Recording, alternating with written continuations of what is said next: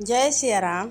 आज हम जानेंगे वैशाख माह के अमावस्या कब है, शुभ मुहूर्त, पूजा विधि क्या है और पितृ तर्पण कब करें, पितृ दोष से मुक्ति पाने के लिए कौन से चमत्कारी उपाय को अपनाएं, अमावस्या के दिन क्या करें क्या ना करें।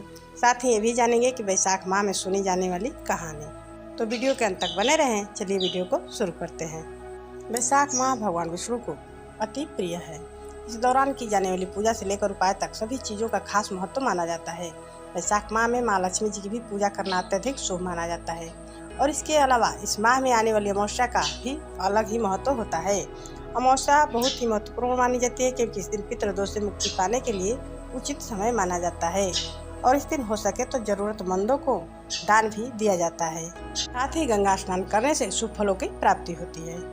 पंचांग के अनुसार वैशाख माह के कृष्ण पक्ष की अमावस्या तिथि 7 मई की सुबह 11:41 पर शुरू होगी। इसका समापन 8 मई की सुबह 8:52 पर होगा। उद्या तिथि को आधार मानते हुए इस वर्ष वैशाख मास की अमावस्या 8 मई को मनाई जाएगी और 7 मई को दर्श अमावस्या मनाया जाएगा। स्नान दान का शुभ समय रहेगा। वैशाख मास अमावस्या के दिन स्नान दान करने के लिए व्यक्ति को शुभ मुहूर्त में करना अति श्रेष्ठ माना गया है और इससे पापों से मुक्ति भी मिलती है, साथ ही बीमारी से भी मुक्ति मिलती है। कई दोष भी दूर हो जाते हैं। इस बार वैशाख अमावस्या कई शुभ मुहूर्त लेकर आ रहा है। ज्योतिष के अनुसार तो ब्रह्म मुहूर्त में ही श्रेष्ठ माना जा रहा है, लेकिन शुभ मुहूर्त ब्रह्म मुहूर्त में न कर पाए यदि स्नान तो सुबह में भी कर सकते हैं। शुभ ब्रह्म मुहूर्त रहेगा सुबह में 4:11 से लेकर 4:51 तक। वहीं लाभ उन्नति मुहूर्त रहेगा सुबह में 5:34 से लेकर 7:14 तक और बाद में अमृत सर्वोत्तम शुभ मुहूर्त रहेगा सुबह 7:14 से लेकर 8:55 तक। इन तीनों शुभ मुहूर्त में कभी भी स्नान दान कर सकते हैं। वैशाख मास अमावस्या के दिन ब्रह्म मुहूर्त में पवित्र नदी में स्नान करें। इसके बाद सूर्य भगवान को अर्घ्य दें और इस दौरान कर्मकांड के साथ अपने पितरों के नाम से भी तर्पण करना चाहिए। अमावस्या पर अपने पितरों की आत्मा की शांति के लिए हो सके तो कोई उपवास भी करता है। इस दौरान दान दक्षिणा भी करना अति शुभ माना जाता है। इससे पितृ प्रसन्न होते हैं। जो भी करना है अपनी सामर्थ्य के अनुसार दान पुण्य करना चाहिए। इस दिन श्रीमद् भागवत कथा भी श्रवण करें या पढ़ना चाहिए। हो सके तो मोबाइल से भी सुन सकते हैं और पीपल के पेड़ की भी पूजा करें। पूजा के समय जल अर्पित करें, इससे त्रिदेव प्रसन्न होते हैं। अनुसार अमावस्या तिथि के दिन पितृ धरती पर आते हैं। उनको उम्मीद होती है कि हमारे वंश तर्पण, पिंड दान, श्राद्ध दान आदि से हमें तृप्त करेंगे। जिन लोगों के पितृ तृप्त नहीं होते हैं वे श्राप देते हैं, जिससे कि पितृदोष उत्पन्न होता है। इसीलिए पितृ अमावस्या के दिन पितृ के प्रसन्नता हेतु तर्पण, दान इत्यादि किए जाते हैं। जब पितृ प्रसन्न हो जाते हैं तो अपने वंश को दिनों दिन आगे बढ़ाते हैं।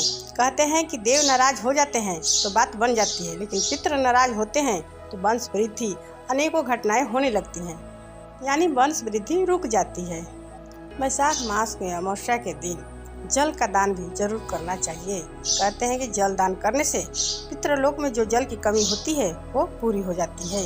इसीलिए पितृ प्रसन्न भी हो जाते हैं और साथ ही पशु पक्षियों को भी जल की व्यवस्था हो जाती है। इस दिन पक्षियों के लिए जल जरूर रखें, जल दान भी हो जाएगा इससे। वैशाख अमावस्या के दिन गाय, कौवा, कुत्ता, चिड़िया या हो सके तो कोई ब्राह्मण आदि के लिए भोजन एवं जल का व्यवस्था करना ही चाहिए। ये पंचबली में आते हैं। इन्हें पंचबली कर्म माना जाता है। यदि ये दाने लेकर, पानी लेकर तृप्त हो जाते हैं तो इससे पितृ भी प्रसन्न हो जाते हैं। इसीलिए जीवों के माध्यम से पितृ तक अन्न जल पहुँचाया जाता है।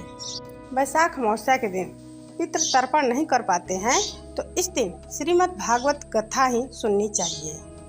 वैशाख अमावस्या के दिन अपनी श्रद्धा एवं शक्ति अनुसार पितरों के निमित्त दान करना चाहिए और हो सके तो अपने भी निमित्त से दान कर सकते हैं, लेकिन अपने से करें या न करें इस दिन पितृ के नाम से जरूर अपनी सामर्थ्य के अनुसार दान करना चाहिए। जैसे में सफ़ेद वस्त्र, अन्न, गाय का घी, पात्र सहित दान करना चाहिए और अपनी सामर्थ्य हो तो इस दिन गाय या गोवंश मतलब कोई बछिया भी दान किया जाता है। अन्न, जमीन, सोना, गुड़, नमक, छाता, जूता अपनी सामर्थ्य के अनुसार ही दान करना चाहिए। इसमें से इस दिन जो बन पड़े वही दान करें और जल दान जरूर करें।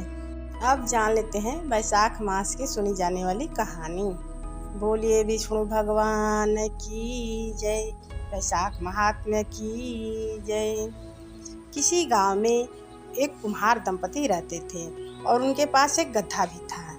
दोनों दंपति कुम्हार गड्ढे को लेकर पहाड़ी पर नित्य दिन जाते थे और वहीं से मिट्टी खोद कर लाते थे और उस मिट्टी को घड़े बनाकर बेचते थे। यही उनका आय का साधन था। कुम्हार दंपति को कोई संतान नहीं होने से बहुत दुखी रहते थे और वो बहुत ही दयावान थे। नित्य दिन पूजा पाठ भजन कीर्तन दान पुण्य आदि करते थे। एक दिन उनका मित्र आया और बोला कि भाई आप नदी के उस पार से मिट्टी लाओ, वहाँ के मिट्टी लाकर यदि घड़ा बनाओगे तो बहुत सुंदर एवं मजबूत होगा और उचित दाम भी मिलेगा। अब तो कुम्हार दंपति ने निश्चय किया कि अब हम नदी के उस पार से ही मिट्टी लाएंगे। तब तक वैसाख का महीना भी शुरू हो गया था। कुम्हार दंपति ने गड्ढे को लेकर नदी के उस पार जाने को तैयार हुए। जब रास्ते में नदी पड़ी तो पहले स्नान किए और उसके बाद गड्ढे को लेकर उस पार मिट्टी खोदने चले गए। मिट्टी खोद कर शाम के समय आते तो फिर नदी में स्नान करते और गड्ढा भी स्नान करता साथ में। फिर उसके बाद इस पार आते और उस मिट्टी से घड़े बनाते बेचते। यही उनकी दिनचर्या थी। ऐसा करते करते वैसाख माह बीत गया और वैसाख माह के बीतने के तुरंत बाद कुम्हारी गर्भवती हो गई। 9 महीने के बाद उनको सुंदर पुत्र की प्राप्ति हुई। अब तो कुम्हार बहुत खुश हो गए और पूरे गांव में लड्डू बंटवाए। सारे रिश्तेदार अड़ोसी पड़ोसी सब उनसे मिलने आए और बधाई भी दिए। लोगों ने पूछा कि भाई ऐसा क्या चमत्कार हुआ कि आपको पुत्र रत्न की प्राप्ति हुई। कुछ लोगों ने निश्चय किया कि हमें किसी अंतर्यामी महात्मा के पास जाना चाहिए, तभी पता चलेगा कि इन कुम्हार दंपति को पुत्र रत्न की प्राप्ति कैसे हुई। सब ने मिलकर महात्मा जी के पास गए और उनसे सादर निवेदन किए, प्रणाम किए कि महात्मा जी ये बताइए कि इन कुम्हार दंपति को आखिर संतान कैसे हुई। महात्मा जी ने ध्यान लगाकर सब जान लिया और बताया कि इन्होंने अनजाने में ही वैशाख मास के स्नान विधि की है। वैशाख मास के स्नान के प्रभाव से ही इन्हें पुत्र रत्न की प्राप्ति हुई। तब गांव वालों ने महात्मा जी से पूछा कि हे महात्मा जी, अनजाने में इतना फल है तो यदि हम विधि विधान से स्नान करें वैशाख मास की तब कितना फल होगा। महात्मा जी ने बताया बहुत ही अधिक लाभ होगा। वैशाख मास में स्नान दान करना चाहिए, बड़ पीपल आंकड़े की सींचना चाहिए, सुबह शाम दीप जलाना चाहिए, पूजा करनी चाहिए।